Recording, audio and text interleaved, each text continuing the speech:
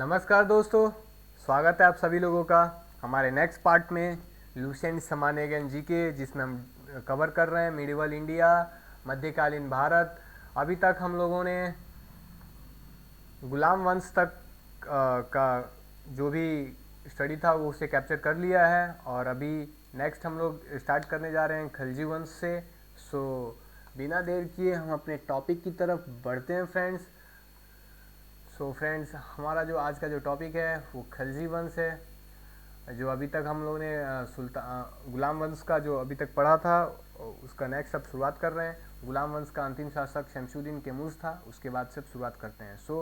1290 से 1320 तक खिलजी वंश चलता है। खिलजी वंश का शुरुआत कैसे होता है, कौन करता है, कैसे होता है, ये हम समझते हैं।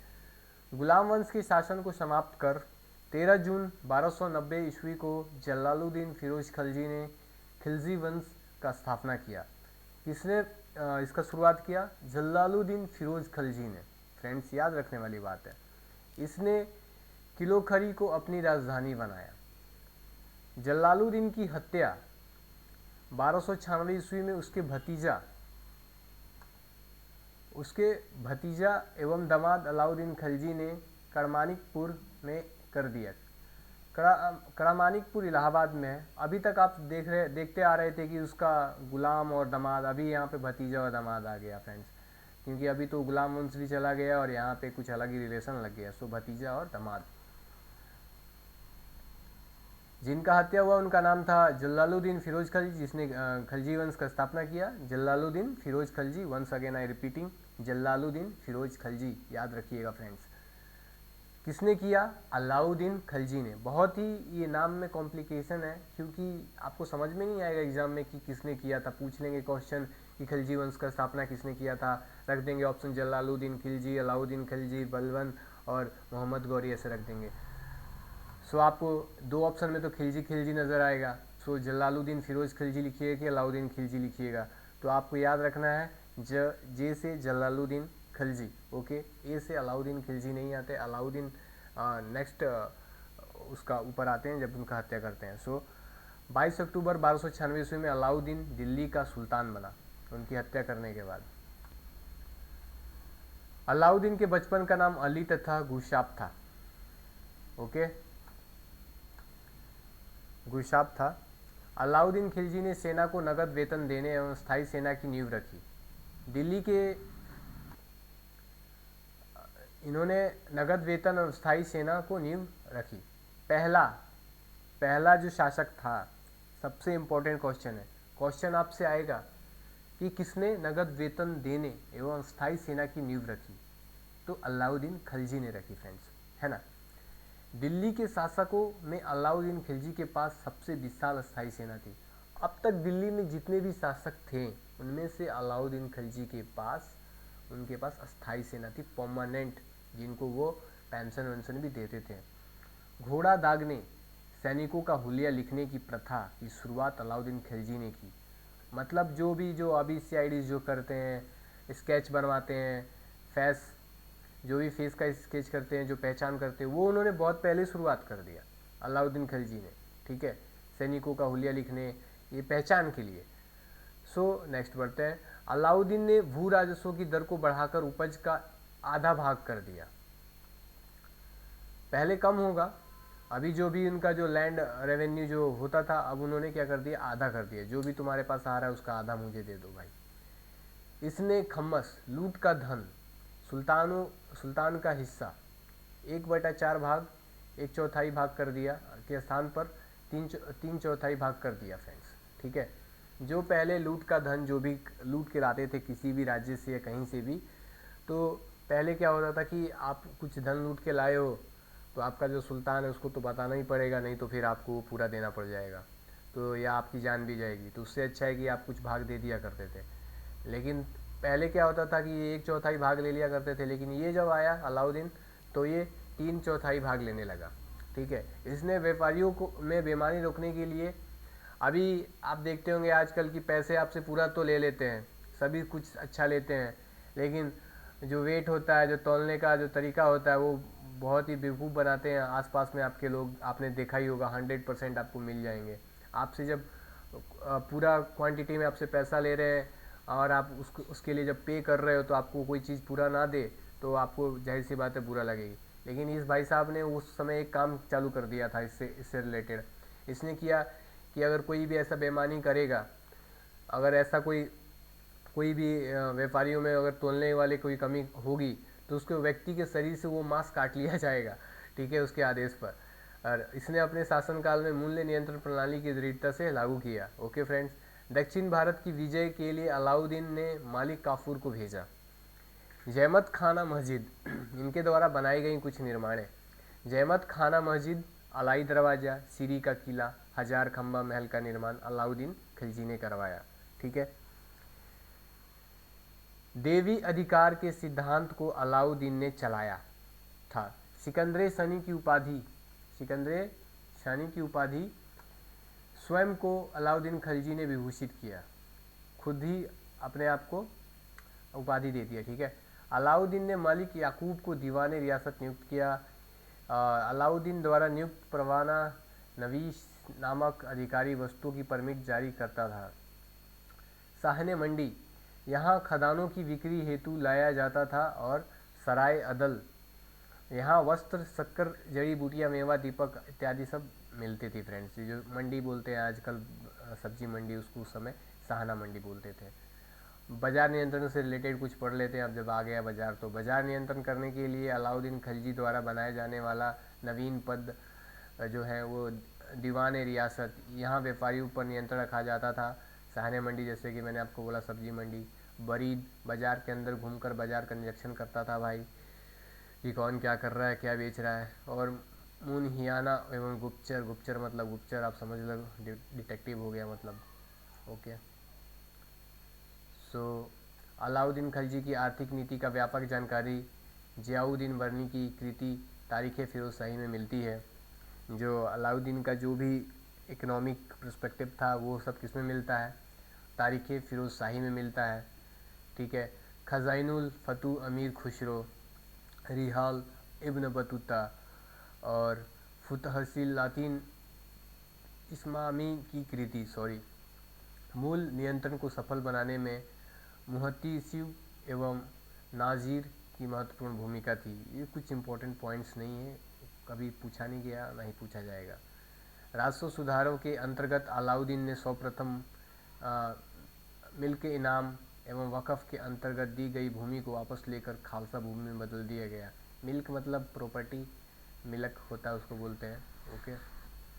अलाउद्दीन खिलजी द्वारा लाए गए जाने वाले दो नवीन कर थे। चराई कर दुधारू पशुओं पर लगाया जाता था, गड़ी कर घरों और झोपड़ियों पर लगाया जाता था फ्रेंड्स, ठीक है। दो कर थे इनमें, चराई कर और गड़ी कर।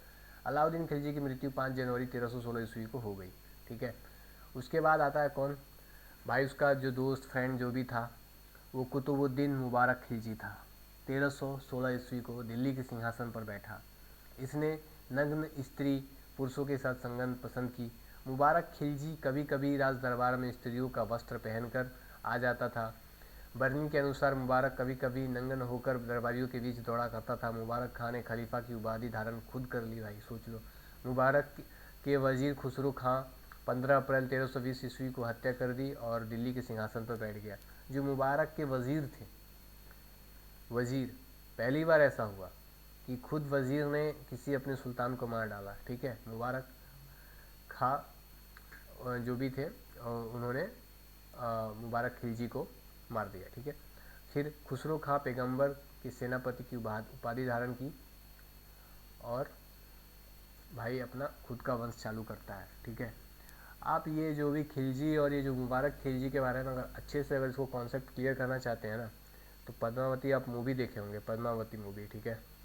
उसमें आप देखने को मिल जाएगा ये दोनों कैरेक्टर आपको, ठीक है। मुबारक अलाउद्दीन खिलजी का और मुबारक खिलजी का। तुगलक वंश 1320 से 1398 चालू होता है। ये भाई साहब खुसरो खां चालू करते हैं, ठीक है। 5 सितंबर 1320 को खुसरो खां को पराजित करके चालू तो करता है, लेकिन उसको भी मारने वाला मिल ही जाता है। ये यहाँ पे आप देख सकते हैं 15 अप्रैल को मारता है, लेकिन ये भी कुछ महीने बाद, 5-6 महीने बाद सितंबर में इसका भी मृत्यु कोई कर देता है। वो कौन करता है, तो गाजी मलिक करता है। उसको तुगलक गाजी भी कहते थे। बाद में उसने गियासुद्दीन तुगलक के नाम से सिंहासन पर बैठ गया 1320 ईस्वी में। ठीक है, गाजी मलिक उसका ओरिजिनल नाम था, या उसका तुगलक गाजी, गाजी मलिक या तुगलक गाजी। ठीक है, जो कि अपना नाम बदलकर गियासुद्दीन तुगलक के नाम से दिल्ली पर बैठ गया। अब यहाँ पे होता क्या है, गियासुद्दीन तुगलक ने करीब 29 बार मंगोल आक्रमण को विफल किया, मंगोलों को, जो मंगोल लोग थे। ठीक है, गियासुद्दीन ने अलाउद्दीन के समय, देखो फ्रेंड्स ये मंगोल और इसमें एक फ़र्क क्या है कि जो मंगोल थे वो अफ़गानी थे और ये जो लोग हैं वो अरब तुर्क के थे। ठीक है, तो ये लोग हमेशा डिफरेंस किया करते थे इसको, इसका बाद जो है वो भी आपको आगे समझ में आएगा। गियासुद्दीन ने अलाउद्दीन के समय लिए गए अमीरों को की भूमि को पुनः लौटा दिया। देखो यहाँ पे भी एक आया तो अमीरों को मार के भगाया, फिर आया तो उसको एक्सेप्ट कर लिया, फिर ये आया तो फिर उसने भगाया अलाउद्दीन, फिर ये आया तो फिर इसने वापस वो ज़मीन को लौटा दिया, फिर से उनको मतलब एक शक्ति प्रदान कर दिया। इसने सिंचाई के लिए कुएं एवं नहरों का निर्माण करवाया। संभवतः है कि नहरों का निर्माण करने वाला गियासुद्दीन प्रथम शासक था। हमारे भारत में जो नहरों की जो पहली शुरुआत हुई वो इसने किया, गियासुद्दीन तुगलक ने। गियासुद्दीन तुगलक ने दिल्ली के समीप स्थित पहाड़ियों पर तुगलकाबाद नामक का एक नया नगर स्थापित किया। आप दिल्ली में रहते होंगे तो आप देखे होंगे तुगलकाबाद जगह होगा कोई। ठीक है, रोमन शैली में निर्मित इस नगर में एक दुर्ग का निर्माण भी हुआ। इस दुर्ग को छप्पन कोट के नाम से भी जाना जाता है। गियासुद्दीन तुगलक की मृत्यु 1325 ईस्वी में बंगाल के अभियान से लौटते समय जूना खां द्वारा निर्मित लकड़ी के महल में दबकर हो गई। सब गियासुद्दीन के बाद जूना खां मोहम्मद बिन तुगलक के नाम से दिल्ली के सिंहासन पर बैठा। जब गियासुद्दीन तुगलक की मृत्यु हो गई तो जो जूना खां थे उसने भी अपना नाम बदल लिया भाई, जूना खां से मोहम्मद बिन तुगलक हो गए। जैसे कि ये गाजी तुगलक या मोहम्मद गाजी से गियासुद्दीन तुगलक बने, ऐसे ही ये जूना खां से मोहम्मद बिन तुगलक बने। आपको कोई कंफ्यूज नहीं कर रहा हूँ, सीधा सीधी बात है, गियासुद्दीन तुगलक के बाद मोहम्मद बिन तुगलक आया। ठीक है, के नाम से दिल्ली के सिंहासन पर बैठा। मध्यकालीन सभी सुल्तानों में मोहम्मद तुगलक सर्वाधिक शिक्षित, विद्वान और योग्य व्यक्ति था, पढ़ा लिखा आदमी था भाई।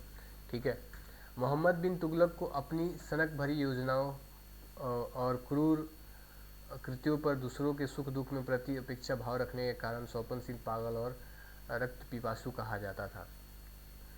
ठीक है, मोहम्मद बिन तुगलक ने कृषि विकास के लिए अमीर कोही नामक नवीन विभाग का स्थापना किया। ठीक है, मोहम्मद बिन तुगलक ने अपनी राजधानी दिल्ली से देवगिरी में स्थानांतरित कर इसका नाम दौलताबाद रख लिया। यहाँ पे चेंज हो जाता है, जो भी ये खलजी वंश है इनका राजधानी चेंज हो जाता है। आपसे पूछा जाएगा किस खलजी जो भी मतलब सॉरी खलजी वंश बोल रहा हूँ, I am so sorry, Tughlaq वंश में जो कौन सा जो शासक आता है जो अपना राजधानी बदलकर दिल्ली से कुछ और कर देता है या दौलताबाद कर देता है, तो वो है मोहम्मद बिन तुगलक। ठीक है, और सांकेतिक मुद्रा अंतर्गत मोहम्मद बिन तुगलक ने पीतल, तांबा, धातुओं के सिक्के चलाए जिनका मूल्य चांदी के रुपए टंका के बराबर होता था। मोहम्मद बिन तुगलक द्वारा क्रियान्वित 4 योजनाएं, दोआब क्षेत्र, राजधानी परिवर्तन, सांकेतिक मुद्रा प्रचलन और खुरासन कराची, ये कुछ इंपॉर्टेंट नहीं है। ओके, मोहम्मद बिन तुगलक के कार्यकाल में 2-3 चीज़ें हुई जो बहुत इंपॉर्टेंट है, आपको बहुत ही आपके एग्जाम्स में डायरेक्टली पूछे जाते हैं और बार बार पूछे जाते हैं और पूछे जाएंगे। ठीक है, अफ्रीकी यात्रा इब्न बतूता लगभग 1333 ईस्वी में भारत आया। ठीक है, सुल्तान ने इसे दिल्ली का काजी नियुक्त किया। 1342 ईस्वी में सुल्तान ने इसे अपने राजदूत के रूप में चीन भेजा। इब्न बतूता की पुस्तक रहला में महमूद बिन तुगलक की समय की घटनाओं का वर्णन है।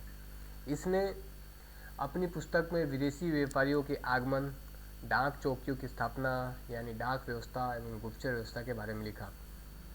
ये तो रहा अफ्रीकी यात्री इब्न बतूता मोहम्मद बिन तुगलक के शासनकाल में 1333 में भारत आया। ठीक है, दूसरा एक चीज़ है कि पूछा जाएगा कि इब्न बतूता का कौन सा पुस्तक था जिसमें भारत के बारे में वर्णन किया मोहम्मद बिन तुगलक के समय में।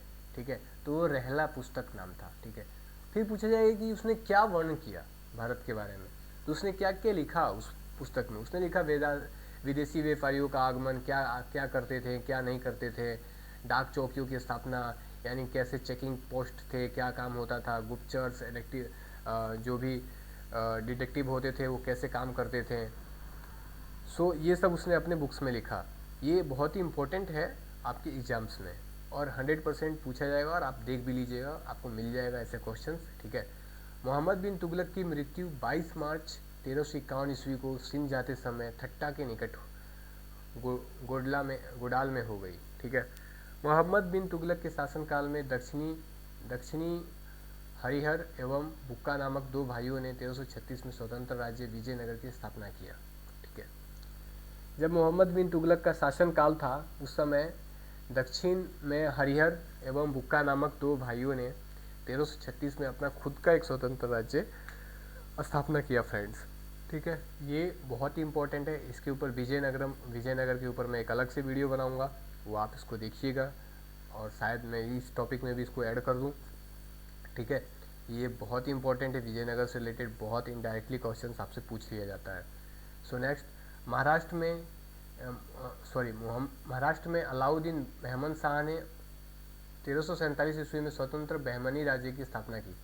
जिस समय इन दोनों भाइयों ने उसी शासनकाल में 1336 में विजयनगर की स्थापना की, हरिहर और बुक्का नामक ने, वैसे ही 1347 में, मतलब 10 साल बाद, अलाउद्दीन बहमन शाह ने भी एक अपना स्वतंत्र राज्य बनाया। वो कहाँ बनाया? तो महाराष्ट्र में बनाया। कौन सा राज्य था? बहमनी राज्य था। ये दोनों मैं कैप्चर करूँगा, आपको मिलेगा इसके बारे में भी, ठीक है। मोहम्मद बिन तुगलक की मृत्यु पर इतिहासकार बरनी लिखता है, अतः लोगों को उससे मुक्ति मिली और उससे लोगों से, जैसे कि बताया था, बहुत ही अड़ियल और पागल था ये।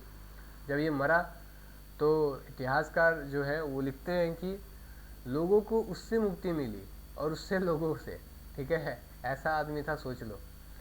मोहम्मद बिन तुगलक शेख अलाउद्दीन का शिष्य था, और वह सुल्तान का पहला शासक था जो अजमेर में शेख मोइनुद्दीन चिश्ती की दरगाह और बराचाई के सलार मोहम्मद गाजी के मकबरे में गया।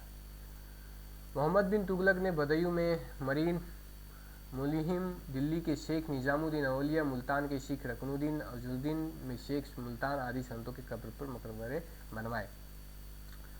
फिरोज तुगलक का राज्याभिषेक, यहाँ से एक इम्पोर्टेंट है, दिल्ली के शेख निजामुद्दीन औलिया का इन्होंने जो मकबरा बनाया वो मोहम्मद बिन तुगलक ने बनाया। ये अभी आपसे क्वेश्चन ये पूछा जा सकता है, ओके, डायरेक्टली और इनडायरेक्टली कैसे भी आपसे पूछा जा सकता है। फिरोज तुगलक का राज्याभिषेक, भाई जैसे कि मोहम्मद बिन तुगलक का तो डेथ हो गया, वैसे ही उसका बेटा आता है फिरोज तुगलक, ठीक है, जिसका राज्याभिषेक होता है 20 मार्च 1351 में, ठीक है फ्रेंड्स।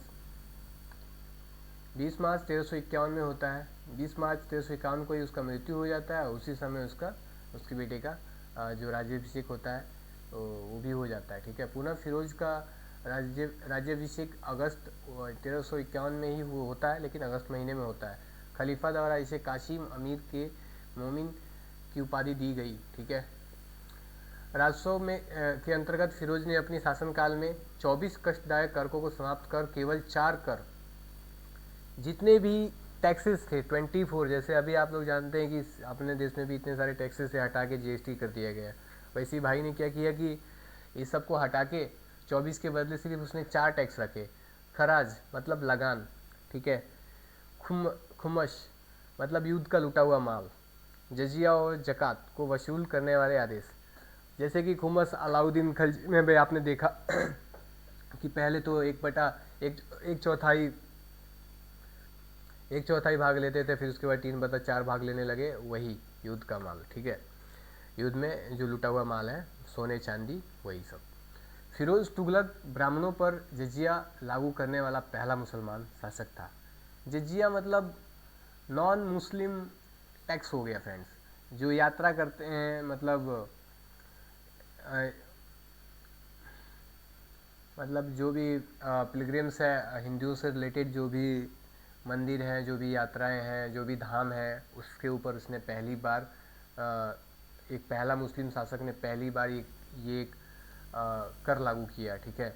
फिरोज तुगलक ने एक नया कर, सिंचाई कर भी लगाया, जो उपज का 1/10 भाग था, 1/10 था, ठीक है। मतलब जो भी आप उगा रहे हो अपने खेत में, उसका 1/10 तिहाई आपको, 1/10 भाग आपको दे देना पड़ेगा, फिरोज़ तुगलक ने 5 बड़ी नहरों का निर्माण करवाया।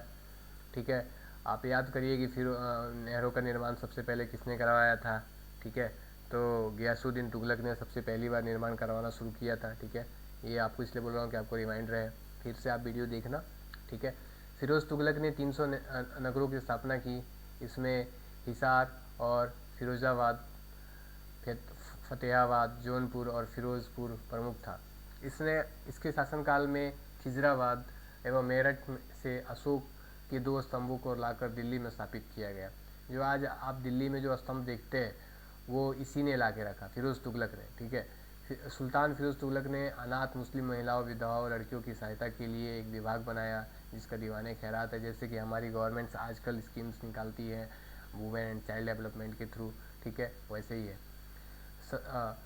सल्तनत कालीन सुल्तानों के शासनकाल में सबसे अधिक दासों की संख्या करीब 1,80,000 फिरोज़ तुगलक के समय थी। मतलब जो भी इसके पास सर्वेंट थे, नौकर थे, उसके पास कम से कम 2 लाख के करीब में इसके पास सबसे ज़्यादा थी। दासों की देखभाल के लिए फिरोज़ ने एक अलग विभाग बना रखा था, दीवाने बदगान। ठीक है, सो इसने अपनी आत्मकथा फुतहात ए फिरोज़शाही करवाई। ठीक है, इतना है बस, इससे ज़्यादा कुछ इम्पोर्टेंट नहीं है। इसने ज्वालामुखी मंदिर के पुस्तकालय से लूटे गए 1300 ग्रंथों में से कुछ फारसी के विद्वान उपाउद्दीन द्वारा दहलाते फिरोज़शाही नाम से अनुवाद करवाया गया। इसने चांदी और तांबे के मिश्रण से निर्मित सिक्के भारी संख्या में जारी करवाए, चांदी और तांबे। ठीक है, मिक्स, जिसे अवदा या विख कहा गया। आपसे पूछ लिया जाएगा विख क्या है, किसके शासनकाल में था। ठीक है, फिरोज़ तुगलक के शासनकाल में था। ठीक है, विख मतलब होता क्या है, तो it is a type of coin, सिक्का है ये, जब उस समय चलाया जाता था। किससे बने होते थे, चांदी और तांबे के मिश्रण से। फिरोज़ तुगलक की मृत्यु 1388 ईस्वी में हो गई। फिरोज़ काल में निर्मित खाने जहाँ तेलगानी के मकबरा की तुलना यशुरम के निर्मित उमर मस्जिद से की जाती है। ये कुछ इम्पोर्टेंट नहीं है, ये सब बकवास है। बकवास नहीं है इन सेंस, मतलब ये आपसे कोई एग्ज़ाम में कोई पूछेगा नहीं, कुछ खास नहीं है और आज तक पूछा नहीं गया है। सुल्तान फिरोज़ तुगलक ने दिल्ली में कोटला फिरोज़ दुर्ग का निर्माण करवाया। तुगलक वंश का अंतिम शासक नासिरुद्दीन मोहम्मद तुगलक था। जैसे कि गुलाम वंश में कैमूर था, वैसे ही यहाँ पे भी एक अंतिम तो होगा ही, क्योंकि दूसरा कोई इसके ऊपर आके लड़ाई किया होगा, युद्ध किया होगा, और वो फिर अपना वंश चलाएगा, अपना शासन चलाएगा। तो ये लास्ट था, नासिरुद्दीन मोहम्मद तुगलक। इसका शासन दिल्ली से पालम तक ही रह गया था। तैमूर लंग ने सुल्तान नासिरुद्दीन मोहम्मद तुगलक के समय 1398 में दिल्ली पर आक्रमण किया और नासिरुद्दीन के समय मुल्क कृषक की उपाधि धारण कर एक क्या लिखा है, हिजड़ा मलिक सरवार ने जौनपुर में एक स्वतंत्र राज्य की स्थापना की। ठीक है, ये कोई जगह का नाम है और मुझे कुछ पता नहीं है इसके बारे में कुछ खास, सॉरी। सैयद वंश यहाँ से चालू होता है। ठीक है, इसके बारे में हम नेक्स्ट अपने वीडियोस में जो भी होगा इसके ऊपर डिस्कस करेंगे। तो नेक्स्ट वीडियो देखने के लिए जो सैयद वंश है, जो भी इसका बहुत ही इम्पोर्टेंट होने वाला है। ये 2 टॉपिक अभी तक हो गए। ठीक है, हमारे 4 टॉपिक में पूरा का पूरा मिडवल इंडिया जो भी है वो ख़त्म हो जाएगा। ठीक है, मध्यकालीन भारत। फ्रेंड्स, उम्मीद करता हूँ कि जो वीडियोस बना रहा हूँ ये बहुत ही इंपॉर्टेंट हो रहे होंगे आपके एग्ज़ाम्स के लिए, और आपके सामने अच्छे अच्छे बेहतरीन क्वेश्चन आ रहे होंगे। ठीक है, शॉर्ट में ये आप कभी भी रख सकते हैं। 20 मिनट आपने देखा, आपको एक चीज़ याद हो गया। पूरा बुक्स आपको पढ़ने की ज़रूरत नहीं है। जब आप कोई भी बुक पढ़ोगे, जैसे स्पेक्ट्रम या कोई भी बिपिन चंद्रा बुक, तो आपको उतना नहीं मिलेगा, लेकिन इसमें जितना कुछ दिया हुआ वही सब जो उसमें दिया होगा, लेकिन वही है आपको लॉन्ग प्रोसेस में मिलेगा, और कुल मिला के जो क्वेश्चंस बनेंगे वो इससे ही बनेंगे फ्रेंड्स। ठीक है, तो ज़्यादा दूर भागने की ज़रूरत नहीं है, बहुत ही अच्छा बुक्स है, आप खरीद के भी पढ़ सकते हो, और मैं तो पढ़ा ही रहा हूँ, पूरा बुक कंप्लीट करूँगा जो भी होगा। हिस्ट्री, जियोग्राफी, जो भी है, पॉलिटी और इकोनॉमिक्स, ये सारी चीज़ें कवर होंगी। सो फ्रेंड्स, मिलते हैं अपने नेक्स्ट पार्ट में, तब तक के लिए जय हिंद। So thank